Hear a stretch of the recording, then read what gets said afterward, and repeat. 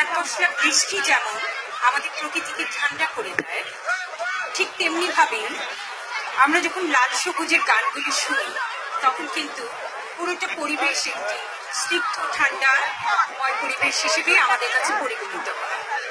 আজকেও ঠিক তাই।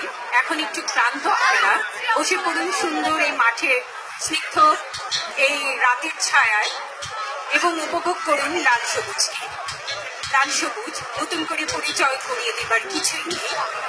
2008 সালের 9 মে যাদের জন্ম, বিগত প্রায় 9 বছর যাবৎ আমাদেরকে অত্যন্ত সুন্দর সুন্দর স্নিগ্ধ গান উপহার দিয়ে যাচ্ছে।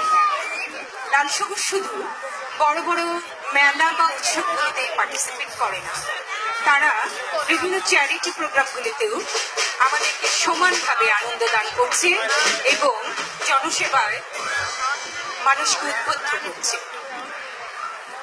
লাল সবুজের পথ চলা শুধু কিন্তু সিডনিতেই সীমাবদ্ধ নয়, তারা কিন্তু সিডনির বাইরের স্টেটগুলিতেও এখন ভীষণভাবে জনপ্রিয়তা পেয়েছে।